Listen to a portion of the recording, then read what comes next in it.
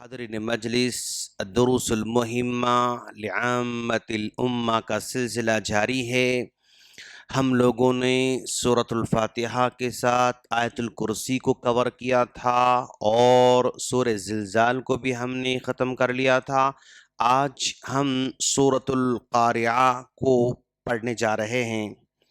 سورۃ القاریعہ قرآن مجید کے اندر اس کا سورہ نمبر 101 ہے، اور اس سورت میں ایک رکوع ہے، اور اس ایک رکوع کے اندر 35 کلمات ہیں، 35 اس میں کلمات ہیں اور 160 اس میں حروف ہیں۔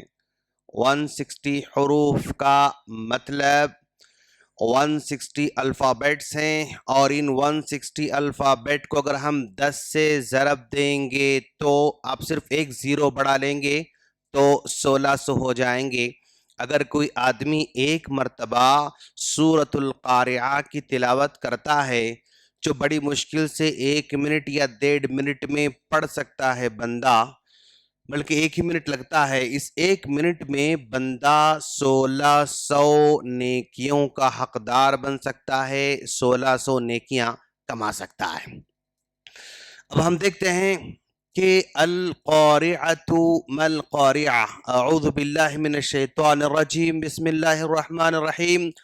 القارعۃ، القارع، ہم نے را کے بارے میں پڑھا تھا کہ اگر را پر زبر ہے تو موٹا پڑھنا چاہیے، اور پیش ہے تو موٹا پڑھنا چاہیے، اگر زیر ہے تو باریک پڑھنا چاہیے، ہم نے پڑھا تھا۔ تو یہاں پر را پر زیر آ رہا ہے تو اس کو القاری، ری ری ری ری ری باریک پڑھنا چاہیے۔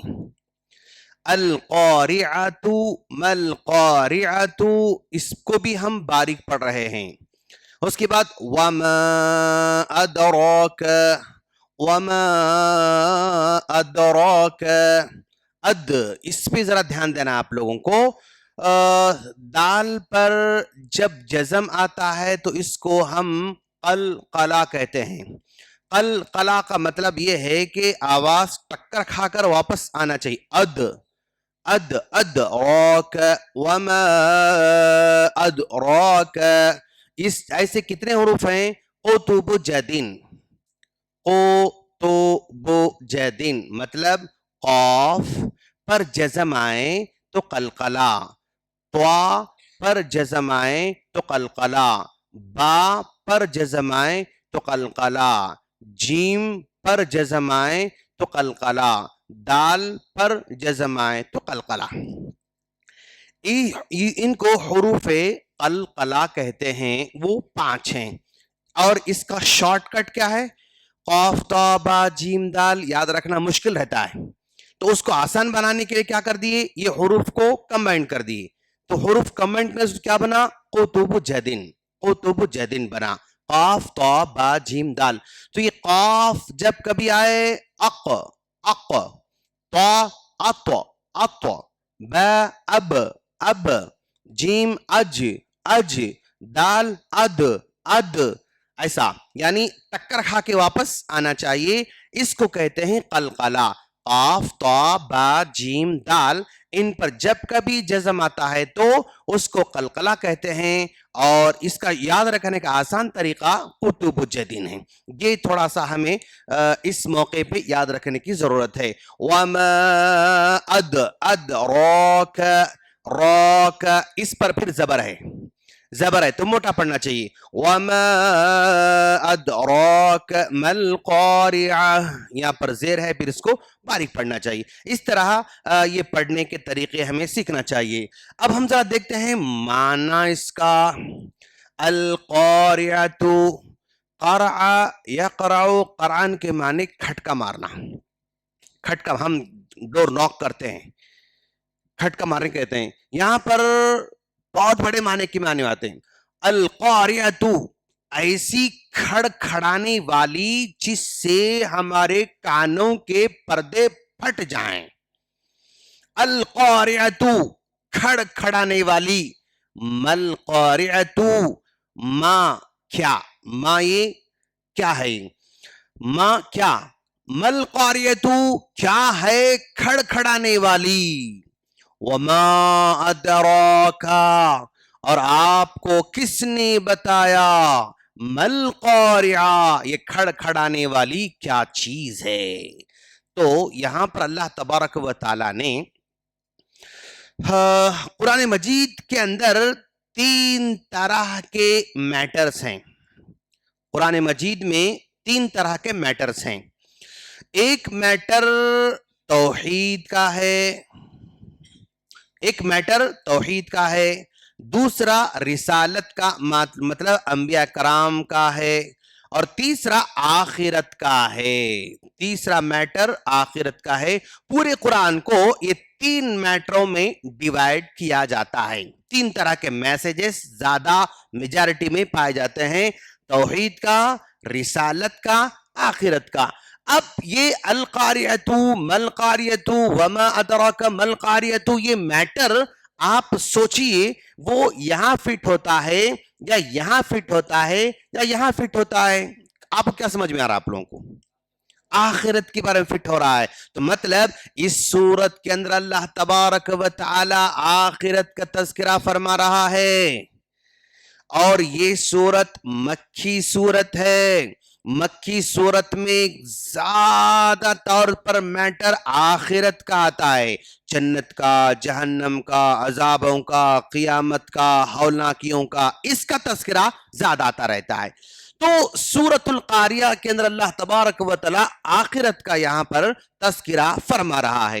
القاریۃ کھڑ کھڑانے والی, مل قاریۃ کیا ہے کھڑ کھڑانے والی. سیم ورڈ کو اللہ دوبارہ بتا رہا ہے, پھر یہاں پر مل قاری, پھر وہاں دوبارہ لے کر آ.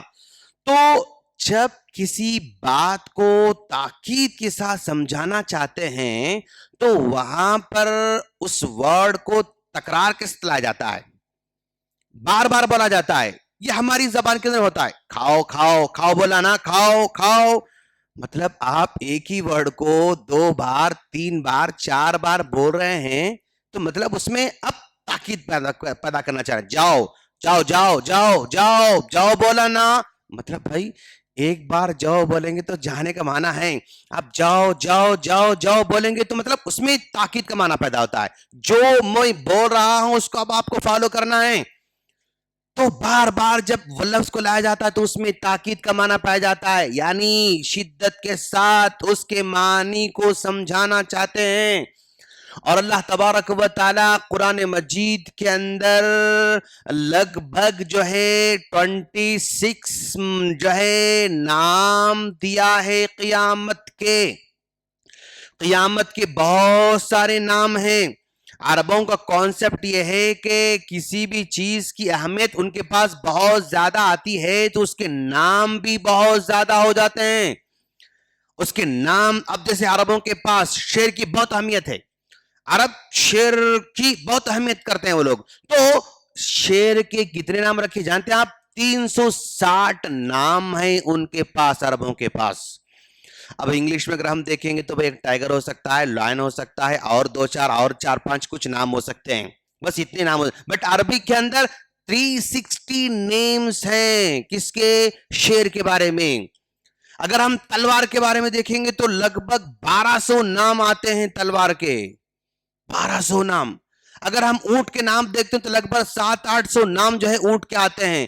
تو جس چیز کی اہمیت ان کے پاس زیادہ ہوتی ہے تو اس کے نام بھی زیادہ آتے ہیں. تو اللہ تبارک و تعالی قرآن مجید کے اندر قیامت کی جو نام جو ہے دیا ہے, لگ بھگ 26 نام اس کے الگ الگ الگ ٹائپ کے بتائے گئے ہیں. القاریۃ کھڑ کھڑانے والی, یعنی قیامت کی یہاں پر اللہ تبارک و تعالی ہولناکی کا تذکرہ کیا کر رہا ہے کہ وہ کس قدر ہولناک ہوگی.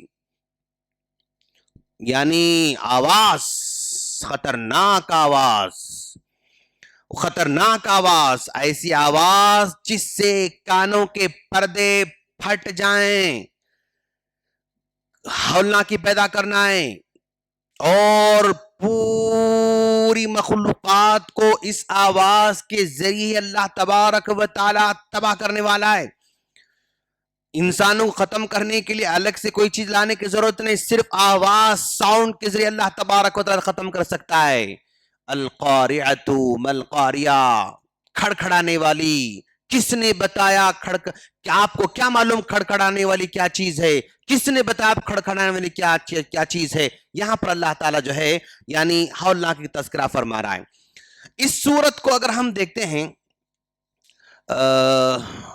القاریۃ ملقاریۃ وما ادراک ملقاریۃ، اس کے بعد ذرا دیکھو آپ، یوم یکون الناس، یوم یکون الناس کالفراش المبثوث، جب یہ حالت ہوگی تو لوگ کیا ہوں گے؟ اس دن، یوم، اس دن، یکون الناس، ہو جائیں گے لوگ بکھرے ہوئے، وہ جو ہے پتنگوں کی طرح۔ جب ہم تاریکی میں، جنگل میں روشنی جلاتے ہیں تو وہاں پر کیڑے آتے ہیں اور کیڑے ایک دوسرے پر گرتے رہتے ہیں، اس قدر ہولناکی ہوگی کہ ساری کی ساری انسانیت نکلے گی تو پتنگوں کی طرح نکلے گی۔ کوئی پتنگ کسی کو جانتا نہیں، کسی کو پہچانتا نہیں، بس ایک کے اوپر گرتے رہتا ہے۔ تو اس قدر جو خطرناک لوگ وہاں سے اپنی قبروں سے نکلیں گے، ہر جو ہے آدمی اپنی قبروں سے نکلے گا، اور جب سے انسان بنے ہیں اس وقت سے قیامت تک جتنے لوگ مدفون ہیں زمین میں، وہ سارے کے سارے نکل کر باہر آنے والے ہیں۔ اور اس کا اثر صرف انسانوں پر ہی نہیں بلکہ دنیا کی ہر جمادات پر، سخت چیزوں پر بھی ہوتا ہے۔ یوم یکون الناس کالفراش المبثوث، یہ انسانوں کے ساتھ ہو رہا ہے، اور پہاڑ بھی کیا ہے، دھنی ہوئی روئی کی طرح ہو جائیں گے۔ اس کا اثر پہاڑوں پر بھی ہوگا، انسانوں پر بھی ہوگا، پہاڑوں پر بھی ہوگا۔ انسان ایک نرم دل ہے، ایک نرم دل ہے، اور پہاڑ ایک سخت دل ہے، اس کا اثر اس پر بھی ہوتا ہے، اس پر بھی ہوتا ہے۔ انسان کو تباہ کرنے والا ہے، ساتھ ساتھ پہاڑوں کو بھی یہ آواز تباہ کر دے گی، یہاں تک کہ پہاڑ روئی کی طرح نرم نازک بن کر ہوا میں وہ اڑتے رہیں گے۔ اس قدر وہ ہولناک دن رہے گا، اس کی ہولناکی کا اثر ساری مخلوق پر بھی ہوگا، اور جتنی بھی جو ہے اللہ تعالیٰ کی سخت مخلوق ہے، پہاڑ کی طرح لوگ چیزیں ہیں، تو وہ بھی جو ہے ہوا کی طرح اڑنا شروع کر دیں گی۔ تو یہاں پر اللہ تعالیٰ ہلکا سا جو ہے ہولناک تذکرہ فرما رہا ہے، اس کے بعد کی باتیں ہم کل پڑھیں گے انشاءاللہ۔ آج کا ٹیک اوے یہ ہے کہ یہ ہولناکی کا دن آنے سے پہلے تیاری کرو، یہ ہمیں اللہ تعالیٰ آگاہ کر رہا ہے۔ ہم اللہ سے دعا کرتے ہیں اللہ تعالیٰ ہم تمام کو اس دن کی تیاری کی توفیق فرمائیں، آمین۔ سبحانک اللہم بحمدک، اشہد ان لا الہ الا انت، استغفرک واتوب الیک۔ السلام علیکم ورحمۃ اللہ وبرکاتہ۔